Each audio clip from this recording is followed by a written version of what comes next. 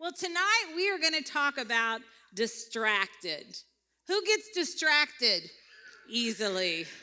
Yeah? I tell you what, it's no wonder because there are so many things distracting us and competing for our attention. We have mental distraction, we have physical distraction, and sometimes they join together and fight against us. Anybody? Yeah? I mean, I think some of you would agree, if you're anything like me, that more of my distractions are in my head than outside my body. Anybody? Yeah. So there is an addiction, an epidemic to our electronics. Anybody? And sadly, they serve a really important purpose. So it's kind of difficult, but more often they serve as a constant distraction. And so we carry those around in our pocket, just waiting for the next distraction. I mean, we can't get away from it, guilty. So tonight, I want to start with a PSA and end with a GSA. You good? Okay. Well, a PSA, what I mean by that is a public service announcement, and a GSA is a God-saving announcement. We good to go? All right. So let's start with Jesus asked us in Matthew, what good is someone to gain the whole world yet forfeit their soul? What have you forfeited? What have we forfeited because of our distractions? I have the answer, a ton. A ton.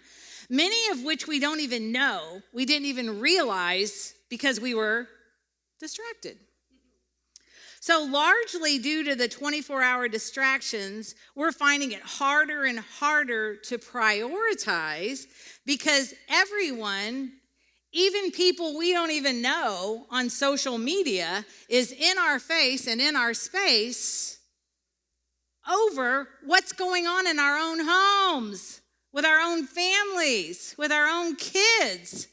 Sorry, I might get a little tough tonight, but how many besides me, while getting time to relax and watch a movie with our family, we miss half of it by searching social media at the same time?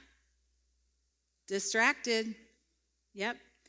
So if you study the life of Jesus, you'll see countless times that people tried to distract him, even when they thought they were trying to protect him or defend him, including his disciples. So when Jesus was telling the disciples that he was going to be killed, Peter, one of his disciples, took Jesus aside and said, I rebuke this. This shall never happen to you, Lord. But you know what Jesus turned and said to Peter? Stand behind me, Satan.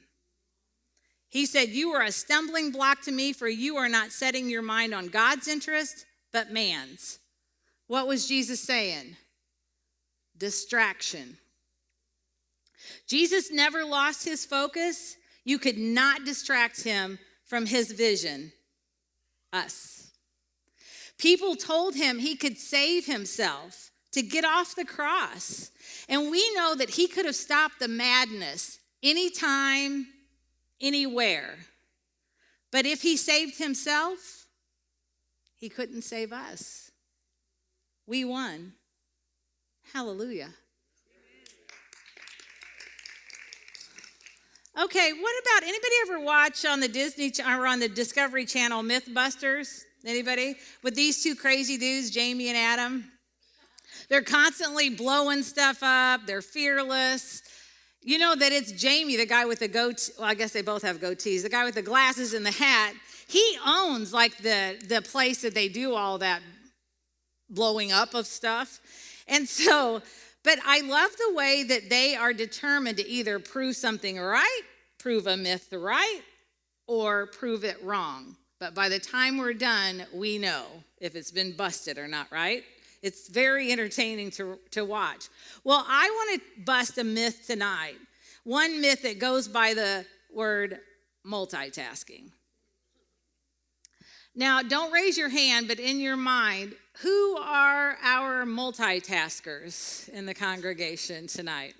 Some of you are like, Yep. Well, here are some multitasking facts. Multitasking is not a human term. It's a computer term. So humans can't even multitask. So what we do as humans is we switch tasks. We switch from this task to that task to this task to that task. What does that sound like? Madness. Lots of distractions. So just go with me on this example. So you're sitting at your computer on your keyboard and you're typing an email. And someone comes up to your door. And you think to yourself, oh, please keep going. Keep moving. Well, now you've taken your mind off of what you're doing. So you've already switched. You've switched to who's at your door before you even have a conversation. Then the person says, hey, you got a minute? And you're like, they can so tell I do not have a minute. So you turn, you're like, I really don't. I have to get this message done for tonight's service. And so you turn around, they're like, well, when would be a good time? And you're like, when hell freezes over. I don't know. Tomorrow, maybe? Tomorrow would be good. Okay. All right. I'll call you. All right. Good. All right. So you switch back and you're like, okay, now where was I? And you're like, well, I'm already done. I might as well go to the bathroom. And then I might as well get a cup of coffee. Anybody? Does that story sound familiar to anyone? Yeah. So, humans just cannot multitask. Now, I will tell you that if you feel like you never get everything done that you should be able to in a given period of time, but you never stopped one time, you're like, I do not believe I went to the bathroom even one time today. You're probably doing a lot of switch tasking. That's probably the culprit. So the lack of effectiveness has everything to do with multitasking. Now listen to these statistics. The average person can only stick to a task for 11 minutes without being interrupted.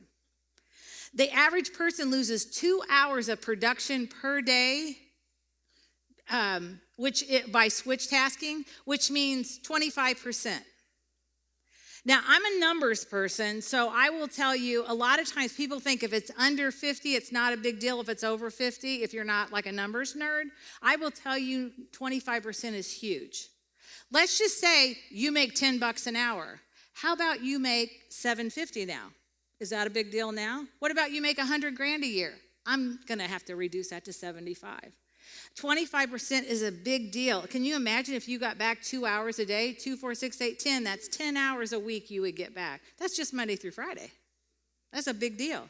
And in the United States alone, it's an estimated of $90 million lost every year because of switch tasking. Now, I will tell you this about multitasking. It is a new interview question.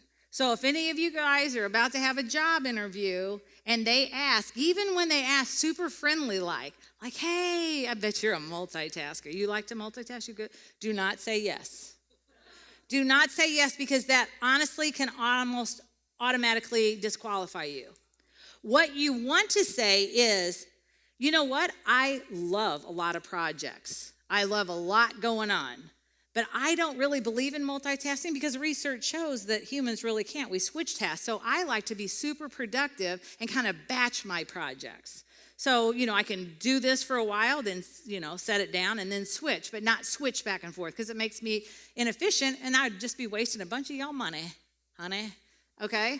So try that. Another, which is an old interview tip, is if they ever ask you a question about, will sound so random, like, hey, do you like salt on your food? Or you just go ahead and salt your food before you even taste it? Say no. If you do, don't lie. Just say, that's an interesting question. Why do you ask? So if you answered yes, that means before you even are able to assess the situation, you take action. That's what salting your food before you taste it, because you don't know if it needs salt. That's like a doctor walking in and go, yep, you got bronchitis. You're like, I'm having gas pains. Was that? Yeah, that's not what we do. Okay, so the last on multitasking is what humans do is background tasking. Everyone asks, well, what about this and this? That would be like watching TV and eating popcorn or working out with music in your ears. That's background tasking. So we do that, and we do that well. So did you know where one of the original meanings of distraction came from? Oh, let me bust that myth first about multitasking. So the original word came from a French term related to cruel, a medieval form of torture. And so that's been a bad word for a long time, as we used to say to the kids, oh, that's a bad word, don't say that. Well, that might be as well, distraction. So distraction by way of literally, not figuratively, being physically pulled apart in 4 directions. So here's what the picture looked like. So during the time, one of their gruesome torture techniques was literally tying a person's 4 limbs to 4 different horses and tearing them apart. And they called that technique distraction. Is that crazy? So when you hear someone say, or you feel yourself saying, I'm being pulled in so many directions, that's where that came from. Yeah, I know it's awful. All right, I'll get rid of it. Okay, so let's talk about our public service announcement. So I recently listened to a professor of psychology from the University of South Florida, and he talked about he's considered the nation's foremost expert in cognitive factors like reasoning and vision and attention, especially related to driving, okay? So his lecture was titled, Distractions Are Literally Killing Us. So he shared a few stats that I'll share with you. 1.2 million people die in car crashes every year. That's almost 3,300 a day.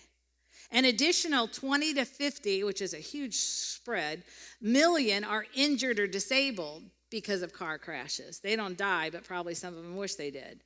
More than half of all road deaths occur among young adults the ages 15 to 44. And here's a scary, Larry, statistic. Sending or reading a text message takes your eye off the road for about 5 seconds. That's long enough to cover a football field if you're driving 55 miles an hour. Think about that. I mean, have you ever stood at one end of a football field and you look at the other? Doesn't it seem like a day away? I mean, it's pretty far, but we literally look at a text and we're at the other end. Over 90% of car crashes or road crashes are due to human error. You know what another word for human error is? Distraction or preventable. And 25%, there's that percentage again, of accidents are due to cell phone usage. So you remember I said 25% is huge? You apply 25% to those percentages, and that's 300,000 deaths a year because of cell phone usage, and 5 to 10 million people are injured because of cell phone usage. We've got to put down our phones. Honestly, now that I've learned all this in preparation for this week, I can no longer use my cell phone. I don't know what it is about my life, but the minute I talk about anything, make fun of my mom about something, it happens to me. So I will not. So do not text me or call me if you know I'm in the car. So who needs medieval torture, right? We're killing ourselves. We're killing each other because of a stinking cell phone that we're so addicted to. So here are some of the addiction confessions with some of his attendees in the research project. I've come to realize that 5 minutes without checking a text message is like the end of the world. Come on. I went a solid 5 hours without media and I was a wreck. Wow. The withdrawals were too much for me to handle. I mean, that is addiction language right there. So, in his lecture, he told 2 stories. Number 1, what happens to our brain when we try to do 2 things at the same time that seem simple but can have deadly consequences. And number 2, he gave us scientific proof of what happens when we trade the technological for something that might surprise you. His lecture was super cool because not only did he give these unbelievable stats, he led the audience through some of the simulation that he used in his research project with thousands of people. So he first talked about the statistics. Did you know that when driving on and using your cell phone, even in hands-free mode, let me repeat that, even in hands-free mode. It appeared to me through his research that there was zero difference between holding it and hands-free. So just let that myth go away when we think, oh yeah, we're hands-free, we're good to go. We are 4 times slower to respond when we're driving or talking on our phones or hands-free. 4 times slower. And we are 4 times, are you ready for this? More likely to crash than a drunk driver. They literally got people drunk to test this. And partly it's because most drunk people know they're impaired. So they take more precautions. They're more aware, looking for cops, looking for people, looking, for stoplights. Oh, I could tell you a story about my children on that one. Let's see, I'll go on. But he also talked about when people are on their cell phones, we don't know that we're impaired. So that's a huge difference too. It's the fact that if you're impaired and you don't even know it, it's even more dangerous. So we talked about the difference between talking to someone in the car versus talking to someone on the cell. And even though that both of those scenarios occupy our brains, the cell phone conversation is not going to stop when you're about to crash or when you're getting too close or when there's something in the road. Where someone in the car, they have the same risk that you do, so they're going to help you. So that's the difference when people are like, well, what about the distraction of someone in the car? That can actually be a good thing. So he talked about our line of sight. So everybody hold out your arm and make a fist and kind of look at your fist and the size. If you kind of look, just close one eye. He basically is talking about that being our line of sight of what we can see at any given time. So this is actually an eye analysis, an eye movement analysis. You can see the white frame is just the panoramic view of what's out the windshield. But the red is the eye movement when they're not on the phone. So you can see those little white dots at the edges in the middle of the red box. And then that's your normal eye movement. So you can see the sidewalk, you can see the oncoming traffic in the other lane. So you've got a pretty wide span view. But those who are on the cell phone, you can see how the blue, how that squishes down. You can only see as far as your bumper and as wide as your steering wheel. So what that means is you will not notice that person on the side of the road if they run out in front of you until they're under your bumper. Distraction, it's kill. So let's talk about this. This is a panoramic view. You can see it kind of looks like Dayton, Ohio, but I don't know where it is. But you can see the road ahead. You can see the red SUV over to one side. You can see a red kind of blob over there. That's a person standing there, maybe going to cross the road. So that's a panoramic view. But oftentimes we confuse ourselves and think that's how our eyes are. No, that's how our cameras are when you put it on a panoramic view setting. Our eyes do not have that kind of view. In fact, if you look at everything that's not blurry, that's the fist size, line of sight. So you can see those 3 cars in there, but you can't see what's going on unless you turn and then your line of sight, all right? So this was part of the simulation that he did, and I can't do it with you because I couldn't get the flow as well on here.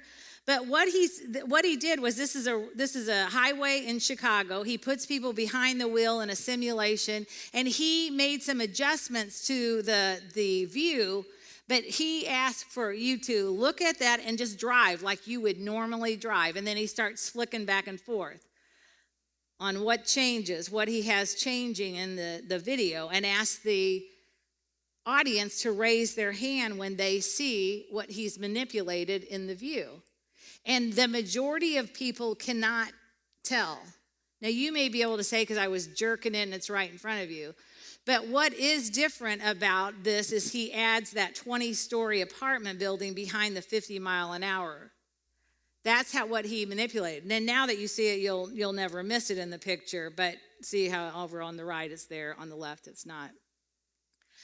So what he's saying is, now, not only do we have our line of sight with only a fist size, we have complete distraction if we're on our phone or on hands-free, but the human brain can only see about 4 objects at a time.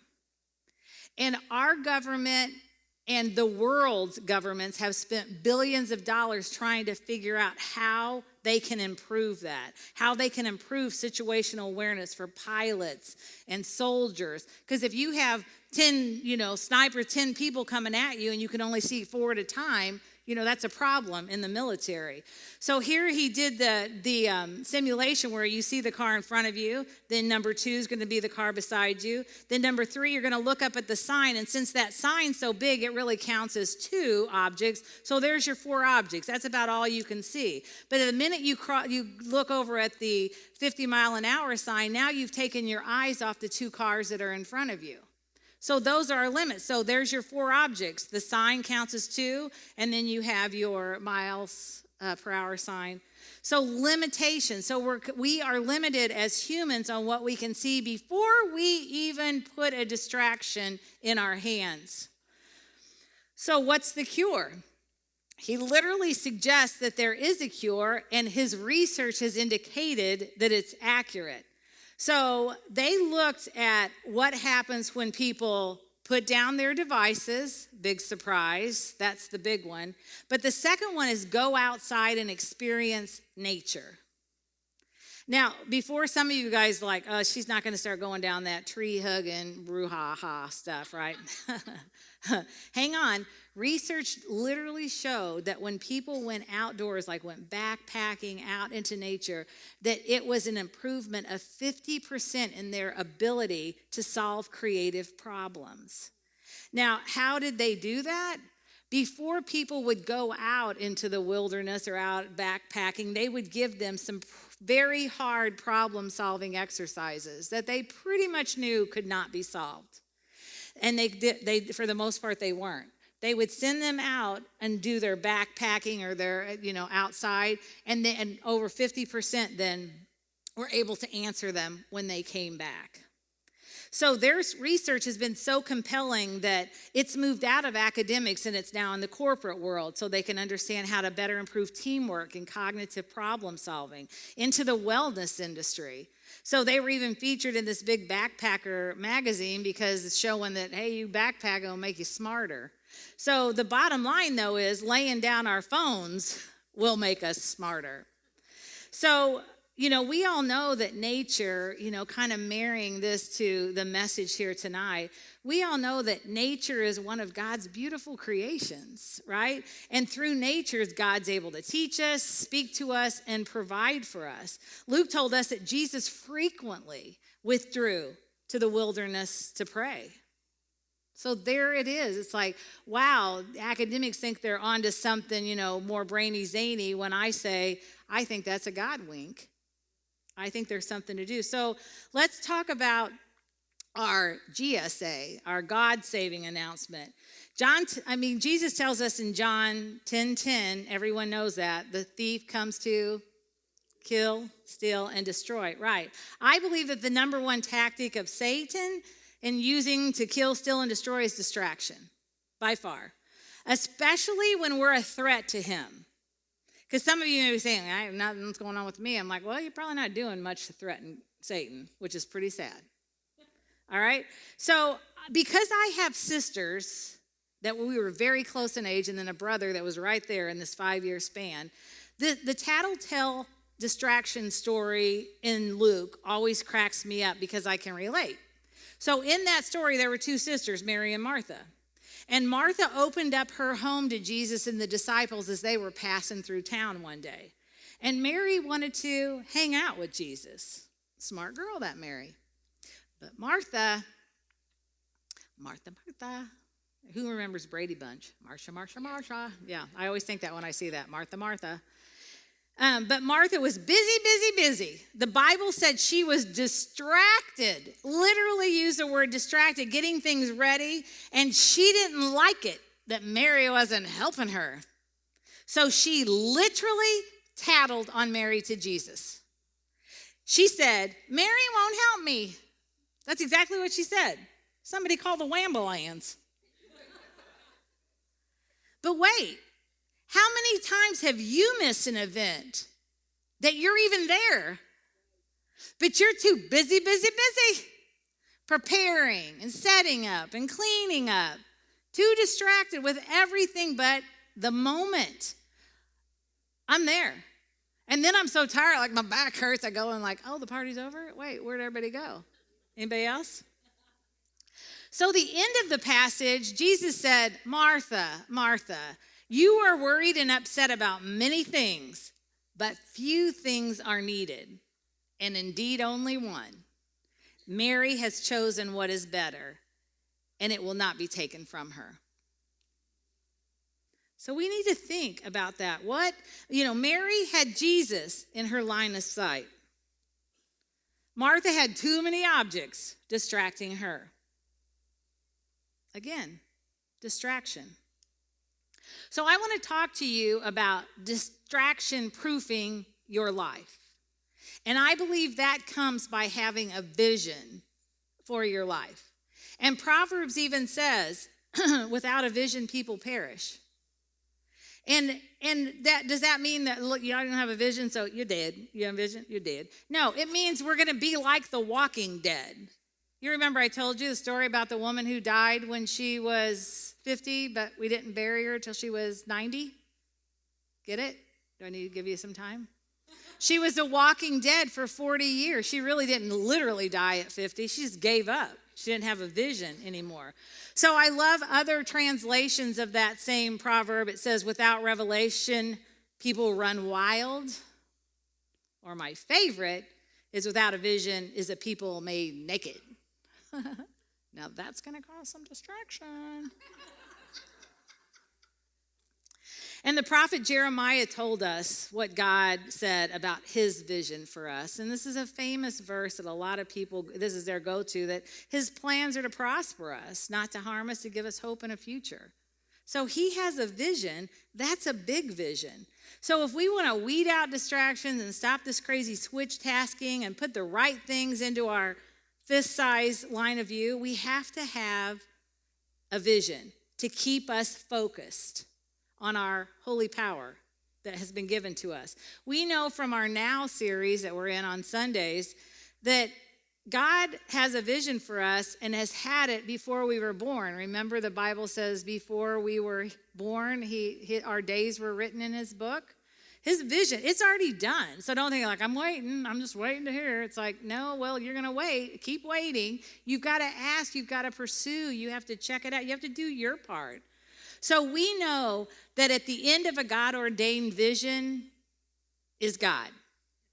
Who wants God standing face to face with you when you wake up on the other side? Yeah, we all do. So we have to follow his ordained vision for us. So how can a vision reduce our distractions? Well, here's a few. A vision arouses emotion. There's no such thing as an emotionless vision. If you know what your vision is, man, you are burning it at both ends because you even forget, oh, did I forget to sleep today? Or did I forget to eat? So when you're locked on a vision, that emotion allows us to imagine the greater emotions associated with our anticipated future. So think about if you're training for a marathon.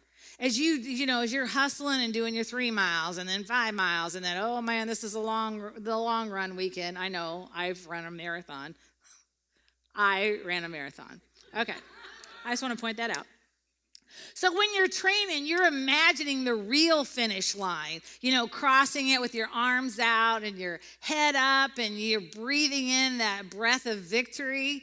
Those are the kind of things that's the kind of emotions that happen when you have a vision. So a vision provides motivation, which is something that we need desperately when things get pretty hard or they get dull and boring, right? It's like, oh man, this is boring. No, we need to look at our vision. And then a vision sets direction. It helps us provide laser focus. It's like our constant GPS that we can see and hear. So we all know people with and without visions. And we know there's a drastic difference in how they're living their life. Would you all agree?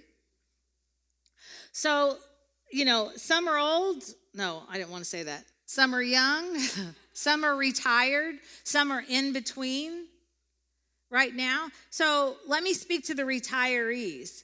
When I ask a healthy retired woman, what are you doing with your life? And she answered me, just waiting to die. I think she was half kidding, but she didn't have a vision. I think she was half serious too. So how would you answer that question if I said, what are you doing with your life? Could you quote your vision in a millisecond back? So I know that getting old ain't for sissies, as I believe Betty Davis was her famous quote. But some that are so sickness focused when we retire, it's almost like, I used to make fun of my grandma. I'm like, all you talk about is your bowels, Grandma. It's like, and we talking about something else. I don't care that you did go, you didn't go, how many times you went. So it's but what we focus on grows. What we focus on, we become. So we have to be careful what we're focusing on, even if it starts as kind of playful. I tell retirees, I'm like, that survival and sickness focus you've got going on, man, that's called parenting. And you're done with that. Move on. If you're still alive, let's not stop. I told you guys I just came back from that 10-day pilgrimage in Israel, and there were 2 women in the pilgrimage that were in their 80s. I mean, come on. They were laser focused. One of them just had bladder surgery not too long ago, and it didn't go well for her, but she was pressing on because she was doing like Paul told us in Philippians, focus on what is good. And that's all she focused on, and then that's what she became. Life was good. So you younger peeps, I see you out there. Oh, yeah, I like the way you do it again. Let me just make sure you're doing that for me. Come on. Okay. All right. I see you. What's up? What's up? What's going on with your vision? You're not too young. In fact, think about it. If you figured out your vision before all of us did, look into how many more years you're going to get to enjoy it than when we finally woke up and whoa. Don't wait. Don't wait. And it's your vision. Your vision. God gave it to you. Okay? So I tell you what, something that I had my team do about 15 years ago that I tried to find mine today, but I don't know what happened to it, but create vision boards. Anybody ever create a vision board? Yeah. So for those of you who don't know what a vision board is, it's literally getting a piece of cardboard, or what's that board called? Poster board. And you have magazines that are stacked up to here. And everybody has magazines based on what they love and what they gravitate to, whether you're into race cars or fixing cars or house redesign or whatever you're into. And we came up with pictures that we would cut out of magazines on how we envision our life, how we think, why we think we're here. And if someone was to describe you in one board with pictures and words and quotes and phrases, what would it look like? That is a fun thing to do with a group of friends and co-workers. Create your vision board. You're never too old. Friends, co-workers, friends, no matter how old you are, co-workers, whether you work or not, listen, your poker club. Get your poker club together, guys, if that's what you're doing. And then if you're in the middle, you're not retired and you don't consider yourself the young ones anymore, come on. You have your health, still have your youth, you have lessons learned on what not to do. I mean, you're so much further along. What are you waiting for? It's your time. Get a vision board done this week. And then you look at it all the time. It makes you smile if the beach is on it, or, it's amazing. So if you're struggling and you need help with this area, maybe it's something that you can look and take one of the promises from the Bible. David cried out to God and said, attend to me, answer me. I'm restless. I'm distracted at the voices of my enemy and the pressure of the wicked. Look, we know the end of David's story. King David, God said he had a heart like his. He had a happy ending. And he had a lot of sins in the middle of the beginning and end. So I'm telling you, if he can be distracted with all he has going on, we all get distracted. But we need to reach out to the person who can stabilize that. So distractions have been going on since the beginning of time with all humans. Think about it. Adam and Eve, distracted by the serpent. Remember that. Abraham and Sarah, impatience distracted them. Joseph's brother, jealousy, distracted them. Moses, stuttering, distracted him. Everyone tried to distract Jesus. Jesus was completely human. He knows distractions, what they feel like. So it's not like we're talking to someone that doesn't know what it feels like to be constantly distracted. He understood the value of spending time in nature with God. He knows the difficulties of our distractions and our limitations. But we're not alone, because remember his promises that he will never leave us. He's walking right beside us through every distraction, through every limitation. He gave us his power to prove it. His life to prove it, his power to fight it, and he gave us our story, our vision to live it. So we have got to lay it down and start moving on. Everybody, the Bible warns us that the days are evil, so we need to dress appropriately. Or better yet, Paul actually said, put on the full armor of God so that you can take your stand against the evil schemes. We have everything we need.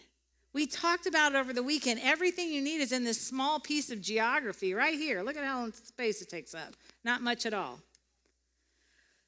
So, distractions put us in the position to forfeit what is important. A vision puts us in the position to focus on what's important. Just like Jesus, we might be on high alert. Sadly, even we always have to be on high alert, because even some of our best friends with the best intentions are going to distract us. Let's get in line with God's vision for our life. Let's step up and weed out the distractions and focus on what he has envisioned for us. It literally will save our life for all time and eternity. And at the end of a God-ordained vision is God.